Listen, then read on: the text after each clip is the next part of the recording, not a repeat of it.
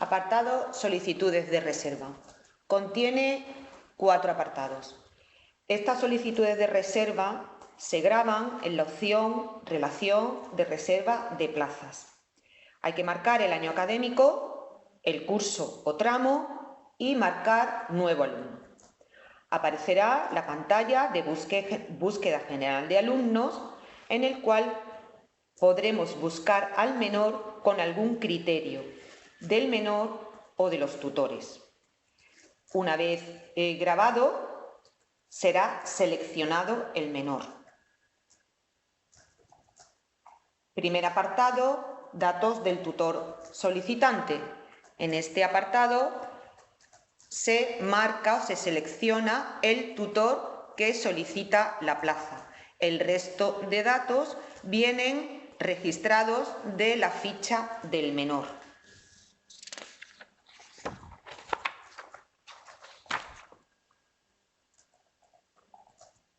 Apartado Datos del alumno. En este apartado, igualmente, los datos del menor vienen de los datos registrados en la ficha. En este caso, solo habrá que cumplimentar el campo de fecha de presentación. La fecha de presentación es muy importante y coincidirá con el día en el que se presente la familia en vuestro centro para solicitar lo que es la plaza de reserva. Es decir, nosotros recomendamos, tanto Consejería como APAE, que en las solicitudes de reserva, en las solicitudes de admisión y en las solicitudes de ayuda, el centro registre esa solicitud con la fecha en la que se presenta la documentación y la solicitud en la primera hoja de la solicitud. No es más que indicar la fecha de entrada en esta primera hoja de cada una de las solicitudes y el sello del centro si lo tuviese. Esta es la fecha que se tendrá que grabar en este campo que estamos observando en pantalla como fecha de presentación. Hablamos de las solicitudes, evidentemente, presentadas físicamente en el centro, porque ya sabéis que las familias tienen la opción de presentar las solicitudes de forma teletramitadas, que deberán ser consolidadas por el centro. Esas teletramitadas ya indican de por sí la fecha de presentación que coinciden con el día que graba la familia en Secretaría Virtual su solicitud. Tercer apartado, solicita. En este apartado se van marcando aquellos servicios demandados por la familia. En este caso viene ya marcado el servicio de atención socioeducativa, que es el principal de los servicios que se dan, y puede marcar aquellos que la familia ha solicitado. Con respecto al servicio de comedor, es importante recordarle a la familia que si a lo largo del curso va a hacer uso de este servicio en alguna ocasión en función de sus necesidades, es el momento de marcar en la solicitud de reserva de admisión y en la solicitud de ayuda este servicio. Es decir, si tiene duda la familia y no sabe con seguridad si va a usar o no el comedor, lo suyo es que marque, con la idea de que cuando se publique la resolución provisional de ayuda y la resolución definitiva, se otorgue y se conceda un porcentaje de subvención al servicio de comedor, porcentaje que coincidirá con el porcentaje del servicio de atención socioeducativa. Imaginémonos, por ejemplo, que la familia marca en la casilla del servicio de comedor porque está interesada o tiene duda, pero al inicio del curso no hace uso aún del comedor. Pues vosotros no grabaréis como usuario del comedor a este niño o niña y, por lo tanto, en la liquidación de septiembre no se generará el porcentaje de subvención concedido para el comedor. Si estamos en el mes de enero y las familias manifiestan la necesidad de utilizar el servicio de comedor, grabaréis un periodo de uso del servicio de comedor, en la pantalla Usos del servicio, indicando como periodo de alta la fecha de inicio que os manifieste la familia y la fecha de fin, y si no se conoce, el 31 de julio. Esto significaría que cuando generéis y validéis la liquidación de enero, se recuperará el porcentaje de subvención concedido para comedor. Si después, posteriormente, las familias quieren darse de baja, por ejemplo en el mes de marzo, pues a partir del mes de marzo no se generará la liquidación el porcentaje, y si vuelve a darse de alta como usuario en el servicio durante el mes de mayo, pues a partir del mes de mayo recuperará nuevamente este porcentaje de subvención. Es decir, durante el curso escolar Una familia puede tener distintos periodos de altas y bajas en el servicio de comedor, manteniéndose durante estos periodos de alta el porcentaje de subvención concedido, pero siempre y cuando haya marcado en la convocatoria ordinaria la opción del servicio de comedor.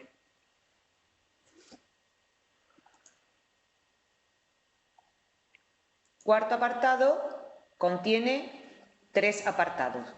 Primer apartado, circunstancias de gratuidad. En este apartado se irán señalando aquellas circunstancias que la familia hayan solicitado y hayan acreditado. En este caso se deberá marcar el acredita y subir obligatoriamente un fichero que lo verifique. Dentro de las circunstancias de gratuidad, como vemos en pantalla, hay 3 supuestos. Vamos a continuación a explicar los documentos válidos que acreditan cada uno de estas circunstancias.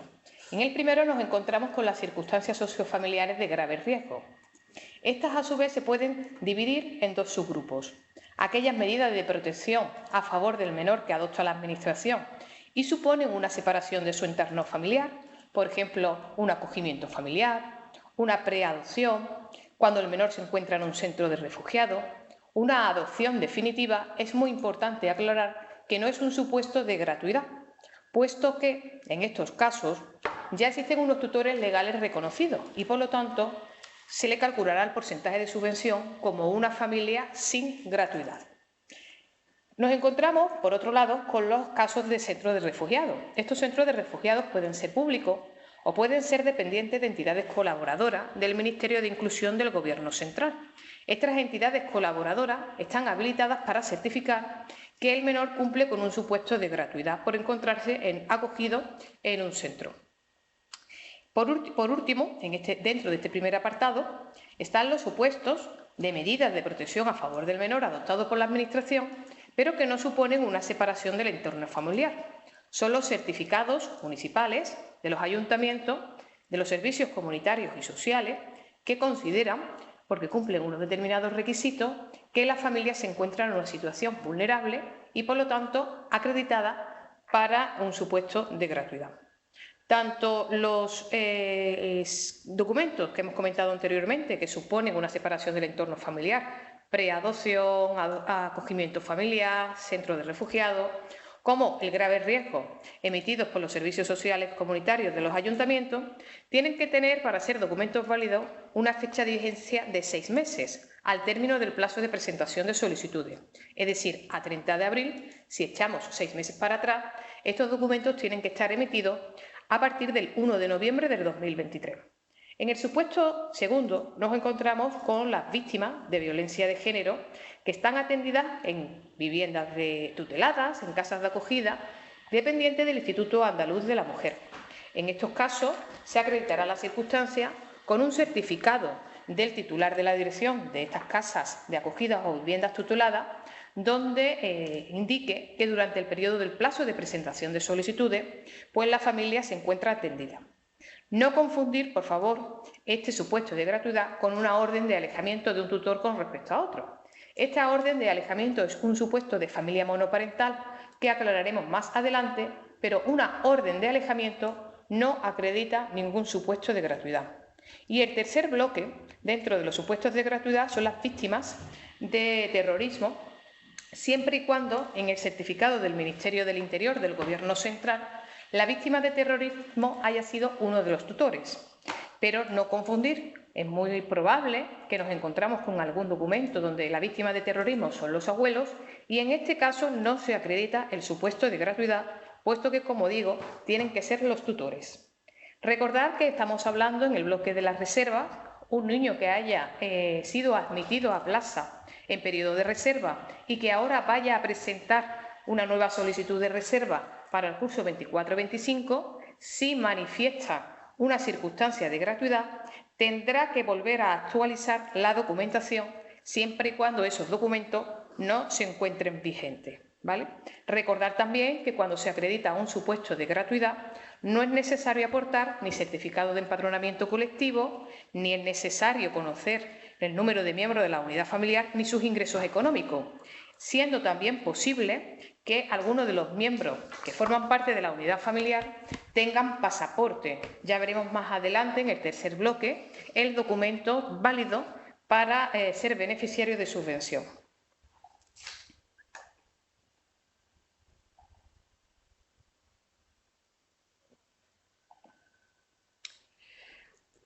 En el apartado de unidad familiar, en este apartado se marcará si la familia acredita que es familia monoparental. En este caso se marcará acredita y obligatoriamente hay que subir el documento que lo verifica. El supuesto de familia monoparental, para que sea acreditada esta circunstancia, es necesario primeramente verificar qué tutores están registrados en el libro de familia. Si en el libro de familia del menor hay un tutor, es claramente un supuesto de familia monoparental. Si existen dos tutores, pero uno de ellos ha fallecido, igualmente también es un supuesto de familia monoparental. Y el tercer supuesto es cuando existe una orden de alejamiento. Veíamos anteriormente en los supuestos de gratuidad que una orden de alejamiento no acredita el supuesto de gratuidad, pero era otra cosa, y esa otra cosa es un supuesto de familia monoparental, en donde el tutor contra el cual se dicta la orden de alejamiento no será miembro de la unidad familiar ni a efectos económicos. No confundir, por favor, la orden de alejamiento con los supuestos de único tutor. Cuando hay un único tutor es porque existe una sentencia judicial firme de guardia y custodia de un tutor con respecto al otro. En este caso, ese tutor que no ostenta la guardia y custodia no será miembro de la unidad familiar ni a efectos de renta, pero no es un supuesto de familia monoparental, puesto que en estos casos no existe una orden de alejamiento. Seguimos con el apartado de documentación de la unidad familiar. En este caso se tratan de niños de reserva, con lo cual son niños ya registrados en el sistema. El documento del libro de familia acredita la edad del menor y quiénes son sus tutores, con lo cual este niño ya registrado en el sistema no es necesario adjuntar el libro de familia, solo en aquellos casos en los que querramos acreditar alguna modificación de los tutores. Igualmente, el documento de empadronamiento colectivo nos va a verificar los miembros de la unidad familiar. En este caso, es obligatorio presentar este documento. Si es verdad que puede ser que en algunos casos que el ayuntamiento no les pida a tiempo. Entonces, la familia podrá presentarlo en periodo de alegaciones y en este momento el centro podrá adjuntar este documento en el detalle de la reserva, en el detalle del menor, se despliega un menú y aparece documento de empadronamiento colectivo. En este lugar podrá adjuntar ese documento. En el apartado de renta, la verificación telemática para el cruce de datos, para el cálculo de los datos de renta, es obligatorio, tanto para baremar los puntos por admisión como para la bonificación para la ayuda. Si algún miembro de la unidad familiar de 16 años o más en el año fiscal de referencia no autorizara su firma para la verificación telemática de la renta, no se puede marcar esta casilla y automáticamente la bonificación para la ayuda sería 0 y no se abriría la pantalla de datos económicos. A continuación, aclaramos el número de miembros de la unidad familiar, como veis en pantalla, y posteriormente el número de miembros de la unidad familiar a efectos de renta. Es muy importante, por favor, tener claro el número de miembros de la unidad familiar, puesto que es uno de los datos a tener en cuenta para el cálculo de la subvención. Para determinar el miembro de la unidad familiar separamos dos grupos. Primer grupo, los tutores del menor. Para los tutores del menor, el único documento válido que vamos a verificar es el libro de familia o la partida de nacimiento, en donde se acredita, además de la edad del tutor, quiénes son los tutores inscritos. Si existe un tutor únicamente, está claro que es uno, familia monoparental, dos tutores y uno fallecido, también es un supuesto de familia monoparental, y cuando existen los dos tutores que aparecen en el libro de familia a partida de nacimiento son miembros de la unidad familiar, salvo que exista una orden de alejamiento, que es un supuesto de familia monoparental, o una sentencia judicial firme de guardia y custodia de un tutor con respecto a otro, que no es un supuesto de familia monoparental, y en estos dos casos, ambos documentos verifican y argumentan que el tutor contra el cual se dicta la orden de alejamiento o aquel tutor que no tiene la guardia y custodia del menor no sea miembro de la unidad familiar. Si no existen alguno de estos dos documentos y en el libro de familia o partida de nacimiento hay dos tutores, los dos serán miembros de la unidad familiar. Hay una típica pregunta por parte de los centros y una duda generalizada sobre si los tutores tienen que aparecer en el certificado de empadronamiento.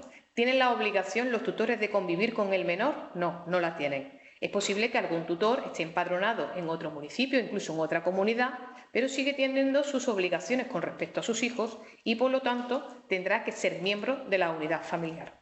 Y si uno de los dos tutores, que aparece en el libro de familia, pues resulta de que realmente está desaparecido, no existe ningún contacto con la familia con esta persona, hasta que no se regularice la situación familiar, es decir, hasta que uno de los tutores no ostente la guardia y custodia, los dos tutores están obligados a aparecer como miembros de la unidad familiar. En estos casos, lo que recomendamos que informéis a la familia, porque el tutor tiene que autorizar el cruce de los datos económicos con la agencia tributaria, como ha comentado mi compañera. Si esta persona que está desconocida o que está desconectada con la familia no autorizara, no podrá ser beneficiario de subvención. Por eso es muy importante informar a la familia que en estos casos no presente ni reserva, ni nueva admisión, ni solicitud de ayuda, regularice su situación en el sentido de que uno de los tutores consiga la guardia y custodia del menor y en ese momento en el que ya exista una sentencia judicial firme, a lo largo de la convocatoria abierta, presente solicitud de plaza y solicitud de ayuda. Un convenio regulador sin sentencia, aunque esté ratificado ante notario, no es un documento válido para acreditar que la guardia y custodia la tenga un tutor. Con respecto al segundo grupo, al resto de miembros, hay que utilizar el certificado de empadronamiento colectivo, volante de convivencia, depende del ayuntamiento, el término puede variar, el cual tiene que estar expedido 3 meses antes de la fecha fin del plazo de presentación de solicitudes, es decir, entendiendo que es el 30 de abril, el certificado de empadronamiento tiene que estar expedido a partir del 1 de febrero del 2024. Una vez tenido el certificado de empadronamiento, en la relación de miembros es necesario recomendar a la familia que anoten al margen el grado de parentesco con respecto al menor. Pues este es un abuelo, esto es un hermano, un tío, un primo, porque los únicos que serán miembros de la unidad familiar serán los abuelos y los hermanos del menor, tanto de padre, de madre, como adoptivos. Aquellos hermanos del menor que no figuren en el certificado de empadronamiento no serán miembros de la unidad familiar. Por último, comentaros que si el certificado de empadronamiento colectivo no se consigue a tiempo, que sea emitido por parte del ayuntamiento, después del 30 de abril, este certificado tendrá que ser histórico, que es la fecha de inscripción en la que cada uno de los miembros están registrados en el domicilio del menor para el que se solicita la plaza y se solicita la ayuda. Por tanto, por favor, tener claro que son tutores, abuelos y hermanos. No son ni tíos, ni primos, ni sobrinos, ni bisabuelos. Estos no son miembros de la unidad familiar. Recordar, por último, que el parentesco puede ser por consanguinidad o afinidad legal. La afinidad legal es matrimonio o pareja de hecho inscrita. Cuando nosotros revisamos el certificado de empadronamiento y nos encontramos con este es el marido de la abuela, en estos casos hay que preguntarle a la familia si existe realmente un vínculo matrimonial o de pareja de hecho. Si existiera, será miembro de la unidad familiar siempre y cuando acredite este libro de familia de la unión matrimonial o bien la resolución de pareja de hecho inscrita. Si dijera la familia que no existe ninguno de estos dos tipos de vínculos, tendrá que realizar una declaración responsable indicándolo de forma expresa. Por último, estos son los miembros de la unidad familiar y posteriormente, si vemos en la pantalla, tenemos que indicar quiénes son los miembros a efectos de renta. A efectos de renta serán aquellos miembros que ya hemos determinado anteriormente y que tengan 16 años o más a 31 de diciembre del año económico de referencia, en este caso, en la convocatoria ordinaria del 2022.